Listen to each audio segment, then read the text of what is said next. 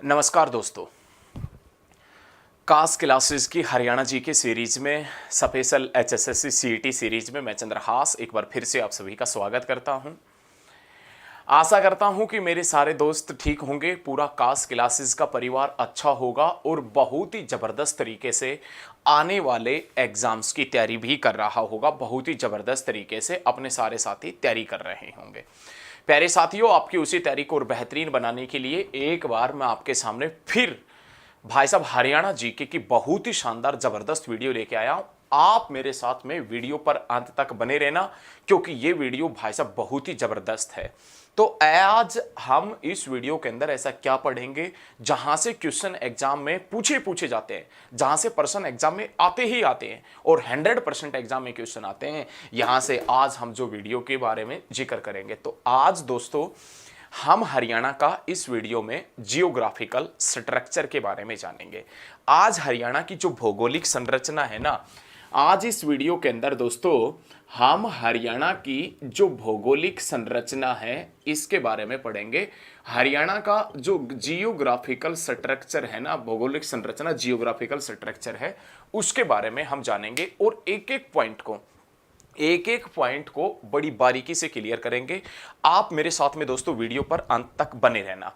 आज हम इस वीडियो में हम आपको बताएंगे कि हरियाणा कौन से अक्षांश और कौन से देशांतरों के बीच स्थित है। कहने का मतलब हरियाणा कौन से लैटिट्यूड और कौन से लॉन्गिट्यूड के बीच स्थित है। जो दोस्तों हरियाणा है, इस हरियाणा को भौगोलिक दृष्टि से कितने भागों में बांटा गया है और स्ट्रक्चर के आधार पर, संरचना के आधार पर इस हरियाणा को कितने पार्ट्स में बांटा हुआ है, सारी चीजें मैं आपके सामने खोल के रख दूंगा। बस आपका एक ही काम है कि आप वीडियो पर लास्ट तक बने रहना, वीडियो पर अंत तक बने रहना। बहुत जबरदस्त तरीके से अपन पढ़ेंगे। तो प्यारे साथियों, ये देश की राजधानी दिल्ली है और आज हम जिक्र कर रहे हैं हरियाणा की जो भौगोलिक संरचना है हरियाणा की, उसके बारे में। देखो, यदि हरियाणा का जिक्र किया जाए तो दोस्तों हरियाणा पंजाब से अलग होता है 1 नवंबर 1966 में। हरियाणा को पंजाब में कब मिलाया जाता है तो आप बताएंगे। हरियाणा को पंजाब में मिलाया गया था 1858 में, लेकिन हरियाणा पंजाब से अलग हुआ 1 नवंबर 1966 में। और प्यारे साथियों, जब हरियाणा पंजाब से अलग हुआ था तो पंजाब ने हरियाणा को 35.18% क्षेत्रफल दिया था। 35.18% क्षेत्रफल दिया था। ये 35.18% क्षेत्रफल हरियाणा का लगभग 44,212 वर्ग किलोमीटर है। प्यारे साथियों, जब हरियाणा पंजाब से अलग हुआ ना, तो पंजाब ने हरियाणा को 35.18% क्षेत्रफल दिया था। ये जो क्षेत्रफल है ये 44,212 वर्ग किलोमीटर के बराबर। और ये 44,212 वर्ग किलोमीटर ये क्षेत्रफल देश के कुल क्षेत्रफल का 1.34% है, मतलब 1.34% है। हरियाणा का क्षेत्रफल देश के कुल क्षेत्रफल का कितना परसेंट है तो दोस्तों आप बता देना, 1.34% है। 1.34% हरियाणा का क्षेत्रफल है। लेकिन ये हरियाणा है तो छोटा, लेकिन भाई साहब इसने कारनामे बड़े कर रखे हैं। प्यारे साथियों, प्यारे दोस्तों, प्यारे मित्रों, इस हरियाणा को भौगोलिक दृष्टि से 3 हिस्सों के अंदर बांटा गया है। ये जो हरियाणा है इसको भौगोलिक दृष्टि से 3 हिस्सों में बांटा गया है। लेकिन उससे पहले हम ये तो देख लें कि हरियाणा कौन कौन से अक्षांशों के बीच स्थित है, हरियाणा कौन कौन से देशांतरों के बीच स्थित है। तो प्यारे साथियों, अक्षांश और देशांतर रेखा होती ही क्या है? पृथ्वी की सतह के ऊपर खींची गई वो काल्पनिक रेखा, पृथ्वी की सतह के ऊपर खींची गई वो काल्पनिक रेखा जो पश्चिम से पूर्व में खिंची हुई है, जिनके बीच में सभी के बीच की दूरी समान है और जिनका कार्य जलवायु का, क्लाइमेट्स का अध्ययन कराना है, जिनका कार्य क्लाइमेट्स का अध्ययन कराना है। लैटिट्यूड लाइन अक्षांश रेखा कहलाती है। पृथ्वी की सतह के ऊपर खींची गई वो काल्पनिक रेखा जो नॉर्थ पोल को साउथ पोल से जोड़ती है, जिनका कार्य समय का अध्ययन कराना है, टाइम का अध्ययन कराना है, उन रेखाओं को हम देशांतर रेखा, लॉन्गिट्यूड लाइन के नाम से जानते हैं। और ये देशांतर रेखा के बीच में कौन कौन से देशांतरों के बीच में हरियाणा स्थित है और कौन कौन से अक्षांशों के बीच में हरियाणा स्थित है, वो सारी चीजें हम पढ़ेंगे। तो प्यारे साथियों, यदि हम जिक्र करें दोस्तों हरियाणा का, तो ये जो हरियाणा का सबसे दक्षिणी जिला है, इस जिले का नाम है नुहू मेवात। और ये है हरियाणा का सबसे साउथर्न बिंदु, आपको दिख रहा होगा। ये जो हरियाणा का सबसे दक्षिणी गांव है ना दोस्तों, इसका नाम है दोहा। हरियाणा का सबसे दक्षिणी गांव जिसका नाम है दोहा। और ये दोहा कहां पर पड़ता है दोस्तों, तो आप बता देना, मेवात में पड़ता है। लेकिन ये दोहा दोस्तों कितने डिग्री के ऊपर स्थित है, या हरियाणा का सबसे दक्षिणी बिंदु कितने डिग्री के ऊपर स्थित है, तो आप बता देना 27 डिग्री 39 मिनट के ऊपर स्थित है। 27 डिग्री 39 मिनट। 27 डिग्री 39 मिनट से हरियाणा की शुरुआत होती है और दोहा गांव से शुरुआत होती है। दोहा एक गांव पड़ता है, वहां से इसकी शुरुआत होती। और हरियाणा भाई साहब कहां तक फैला है, तो प्यारे साथियों 30 डिग्री 55 मिनट तक हरियाणा फैला है। हरियाणा की शुरुआत होती है 27 डिग्री 39 मिनट से। हरियाणा कहां तक फैला है, 30 डिग्री 55 मिनट तक फैला है। तो कहने का मतलब हरियाणा कौन कौन से अक्षांशों के बीच स्थित है, कौन कौन से लैटिट्यूड के बीच स्थित है, तो 27 डिग्री 39 मिनट से 30 डिग्री 55 मिनट के बीच में हरियाणा है। और ये तो हरियाणा का सबसे दक्षिणी गांव हमने पढ़ लिया दोहा। लेकिन हरियाणा का सबसे उत्तरी गांव कौन सा है, तो दोस्तों आप बता देना शाहपुर। ये हरियाणा का सबसे उत्तरी गांव है जो पंचकुला डिस्ट्रिक्ट के अंदर पड़ता है। ये तो है अक्षांश रेखाओं के अकॉर्डिंग हरियाणा की स्थिति। अब अपने पास में नाम आता देशांतर रेखाओं का। देशांतर के अकॉर्डिंग यदि हरियाणा की स्थिति देखें तो यहां पर हरियाणा का सबसे पश्चिमी गांव पड़ता है दोस्तों, और उस गांव का नाम क्या है, चौटाला। हरियाणा का सबसे पश्चिमी गांव, सबसे वेस्टर्न जो विलेज है वो चौटाला है, ध्यान रखिएगा। लेकिन ये चौटाला भाई साहब कितने डिग्री के ऊपर स्थित है, तो आप बता देना भाई साहब 74 degree 28 minute. 74 degree 28 minute, 74 degree 28 minute से हरियाणा शुरू होता है, या हरियाणा का सबसे पश्चिमी बिंदु 74 डिग्री 28 मिनट के ऊपर है। और हरियाणा भाई साहब कहां तक फैला है, तो प्यारे साथियों 77 डिग्री 36 मिनट के बीच में हरियाणा है। और हरियाणा का सबसे पूर्वी गांव, सबसे ईस्टर्न गांव का क्या है, कलेसर। काफी जगह आपको ताजेवाला भी देखने को मिल जाएगा, ताजेवाला, कलेसर व ताजेवाला, ये हरियाणा का सबसे पूर्वी गांव है। तो प्यारे दोस्तों बहुत शानदार क्वेश्चन है। हरियाणा का सबसे दक्षिणी गांव दोहा, सबसे उत्तरी गांव शाहपुर, सबसे पश्चिमी गांव चौटाला, सबसे पूर्वी गांव कलेसर या ताजेवाला। हरियाणा का सबसे पूर्वी स्थान 77 डिग्री 36 मिनट, हरियाणा का सबसे पश्चिमी स्थान 74 डिग्री 28 मिनट, ध्यान रखिएगा। और सबसे दक्षिणी 27 डिग्री 39 मिनट, और सबसे मतलब उत्तरी 30 डिग्री 55 मिनट। तो हरियाणा का अक्षांशीय विस्तार क्या है, हरियाणा का यदि दोस्तों अक्षांशीय विस्तार देखें, latitudinal expansion of Haryana, Haryana का अक्षांशीय विस्तार देखें तो 27 डिग्री 39 मिनट से 30 डिग्री 55 मिनट।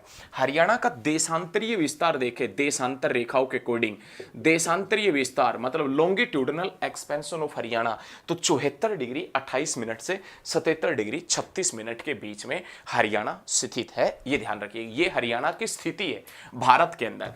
लेकिन अब अपने पास में दोस्तों क्वेश्चन आता है कि ये जो हरियाणा है ना, हरियाणा, इस हरियाणा को भौगोलिक दृष्टि से, इस हरियाणा को भौगोलिक दृष्टि से 3 हिस्सों के अंदर बांटा गया है। ये जो हरियाणा है इसको भौगोलिक दृष्टि से 3 हिस्सों के अंदर बांटा गया है, जिसमें एक अपने पास में नाम आता है भाई साहब कुरुक्षेत्र का, कुरुक्षेत्र। सेकंड अपने पास में नाम आता है दोस्तों हरियाणा का। और थर्ड दोस्तों अपने पास में नाम आता है भटियाना। इस हरियाणा को 3 भौगोलिक दृष्टि से बांटा गया है या बांटा गया था, ये आप ध्यान रखिएगा। हरियाणा को 3 भौगोलिक हिस्सों के अंदर, भौगोलिक दृष्टि के अंदर हरियाणा को बांटा गया। अब कुरुक्षेत्र का जिक्र करें, फर्स्ट अपने पास में नाम आता है कुरुक्षेत्र, तो इसमें कुरुक्षेत्र के आसपास का इलाका शामिल है, कुरुक्षेत्र के आसपास का इलाका। और हरियाणा का जिक्र करें तो दोस्तों इस हरियाणा का जो क्षेत्रफल है ना, इसके अंदर हिसार का, रोहतक का, झज्जर का, सोनीपत का, दादरी का, भिवानी का, ये इलाका इस हरियाणा के अंदर शामिल है। और इस हरियाणा वाले इलाके में ना जाटों की अधिकता थी और जाटों की अधिकता है, जिसके कारण इस हरियाणा को जटियात क्षेत्र के नाम से, जटियात एरिया के नाम से, जटियात क्षेत्र के नाम से भी जाना जाता है। और उसके बाद में नाम आता है भटियाना का। इस भटियाना क्षेत्रफल के अंदर दोस्तों फतेहाबाद और फतेहाबाद की जो भाटू तहसील है ना, भाटू तहसील, इनको शामिल किया गया है। तो बड़े जबरदस्त तरीके से क्वेश्चन नोट करना है कि हरियाणा को 3 भौगोलिक हिस्सों के अंदर बांटा गया है। सबसे पहले अपने पास में कुरुक्षेत्र, फिर हरियाणा, फिर भटियाना। कुरुक्षेत्र में कुरुक्षेत्र के आसपास का इलाका, हरियाणा के अंदर भाई साहब झज्जर, रोहतक, हिसार, और दादरी, भिवानी, सोनीपत, ये क्षेत्र भाई साहब ध्यान रखिएगा किसके अंदर है, हरियाणा में। और जाटों की अधिकता होने के कारण इस क्षेत्र को जटिया क्षेत्र के नाम से भी जाना जाता है प्यारे साथियों। उसके बाद में भटियाना, इस भटियाना के अंदर स्पेशल फतेहाबाद और फतेहाबाद की भाटू तहसील का जो इलाका है ना, वो इसके अंदर शामिल किया गया है। उसके बाद दोस्तों समझने की आप कोशिश करें, एकदम मजा आ जाएगा। यदि हम हरियाणा की संरचना का जिक्र करें, हरियाणा के स्ट्रक्चर का जिक्र करें, हरियाणा की संरचना के बारे में देखें, तो हरियाणा को दोस्तों संरचना के आधार पर 6 हिस्सों के अंदर बांटा गया है। हरियाणा को संरचना के आधार पर, यदि हम संरचना देखें हरियाणा की, तो हरियाणा को संरचना के आधार पर 6 हिस्सों के अंदर 6 पार्ट्स में डिवाइड किया हुआ है।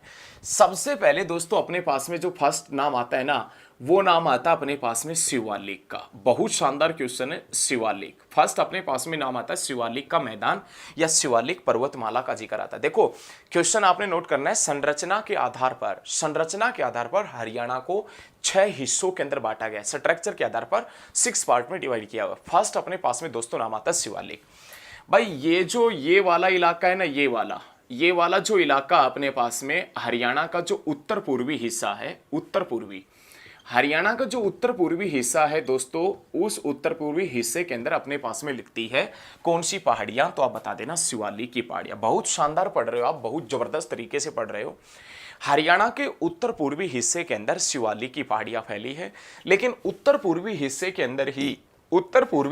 अंदर ही ना अपने पास में ये उत्तर पूर्वी हिस्से का यदि जिक्र किया जाए तो उत्तर पूर्वी हिस्से में ही अपने पास में हिमाचल प्रदेश लगता है, और हरियाणा के उत्तर पूर्वी हिस्से के अंदर ही शिवालिक की पहाड़ियां फैली। हिमालय की सबसे बाद में जो पर्वतमाला बनी है, हिमालय की सबसे कम ऊंचाई वाली जो पर्वतमाला है, हिमालय की सबसे नई बनी पर्वतमाला है, उसका नाम है शिवालिक। और ये शिवालिक पर्वतमाला दोस्तों हरियाणा की उत्तर पूर्वी हिस्से के अंदर फैली है, जो विशेष रूप से पंचकुला में, अंबाला में और यमुनानगर में, अंबाला में और यमुनानगर के अंदर फैली है, ध्यान रखिएगा। लेकिन जितना हरियाणा का क्षेत्रफल है ना दोस्तों, जितना हरियाणा का क्षेत्रफल है उसके लगभग, जितना हरियाणा का क्षेत्रफल है उसके 1.67% हिस्से के ऊपर, जितना हरियाणा का क्षेत्रफल है उसके 1.67% हिस्से के ऊपर शिवालिक की पहाड़ियां फैली। 1.67% हिस्से के ऊपर हरियाणा के अंदर दोस्तों क्या फैली है, शिवालिक हिल्स फैली है, शिवालिक की पहाड़ियां फैली है। बहुत जबरदस्त तरीके से ये याद रखिएगा। शिवालिक की जो पहाड़ियां है ना, शिवालिक की पहाड़ियां, उनको हरियाणा के अंदर 2 हिस्सों के अंदर बांटा गया। शिवालिक की पहाड़ियों को 2 हिस्सों में बांटा गया, जिसमें अपने पास में नाम आता है उच्च शिवालिक की पहाड़ियां, और अपने पास में दोस्तों नाम आता है निम्न शिवालिक की पहाड़ियां। निम्न उच्च शिवालिक की पहाड़ियां, सेकंड अपने पास में नाम आता है निम्न शिवालिक की पहाड़ियां। उच्च शिवालिक की पहाड़ियों की ऊंचाई दोस्तों 600 मीटर या इससे अधिक है, और निम्न जो शिवालिक की पहाड़ियां हैं इनकी ऊंचाई दोस्तों 400 से 600 मीटर, इनकी ऊंचाई है 400 से 600 मीटर। ध्यान रखिएगा दोस्तों, हरियाणा में शिवालिक की पहाड़ियों को कितने हिस्सों में बांटा गया है, 2 हिस्सों में। एक उच्च शिवालिक की पहाड़ियां जिनकी ऊंचाई 600 मीटर अथवा उससे अधिक है, और एक अपने पास में नाम आता है दोस्तों निम्न शिवालिक का। निम्न शिवालिक की ऊंचाई कितना है, 400 से 600 मीटर है। लेकिन हरियाणा में जो शिवालिक की पहाड़ियां फैली है, जो पंचकुला में, अंबाला में, यमुनानगर में फैली है, उनकी औसत ऊंचाई कितना है, तो आप बता देना भाई साहब 500 से 600 मीटर उनकी औसत ऊंचाई है, जो शिवालिक की पहाड़ियां हरियाणा के पंचकुला, अंबाला, यमुनानगर में फैली है उनका।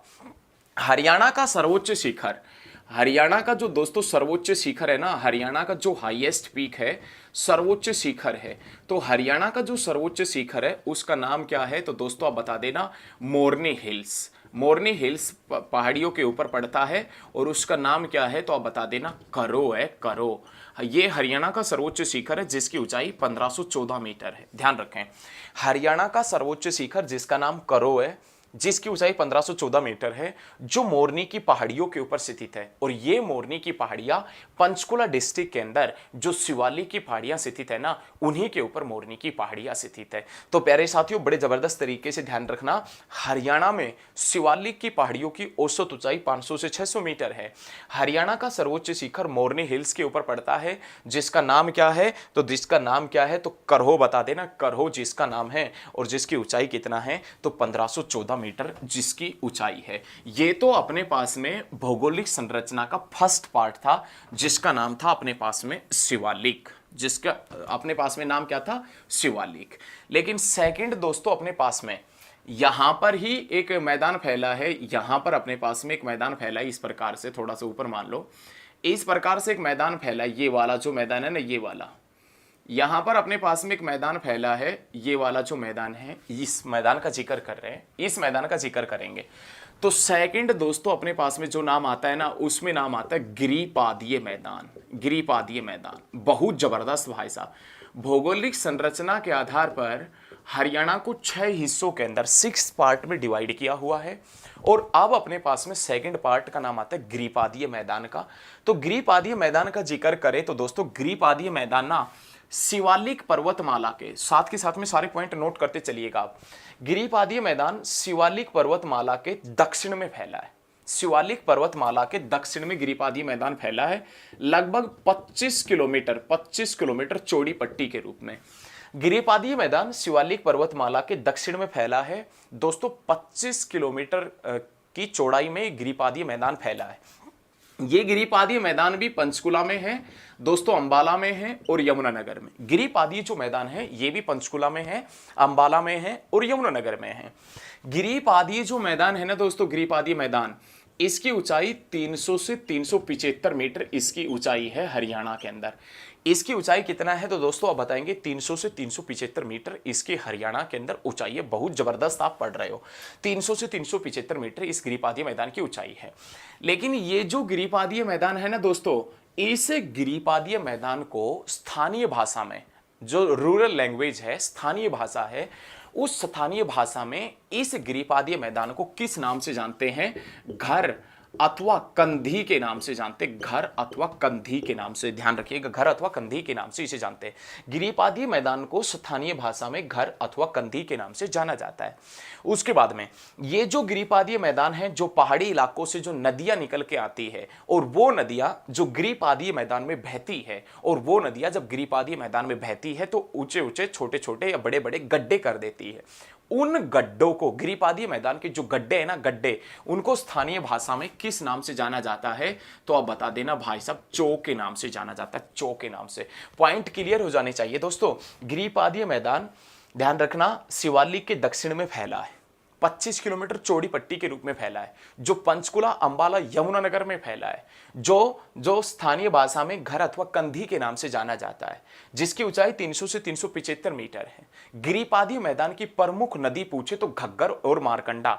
घग्गर और मारकंडा गिरिपादीय मैदान की प्रमुख नदी है, प्रमुख नदी, ध्यान रखना। और ये गिरिपादीय मैदान जिसके अंदर जो छोटे छोटे गड्ढे होते हैं, उनको स्थानीय भाषा में किस नाम से जानते हैं तो आप बता देना भाई साहब, किस नाम से जानते हैं, चौ के नाम से जानते हैं, चौ के नाम से। तो ये है अपने पास में सेकंड पार्ट, गिरिपादीय मैदान।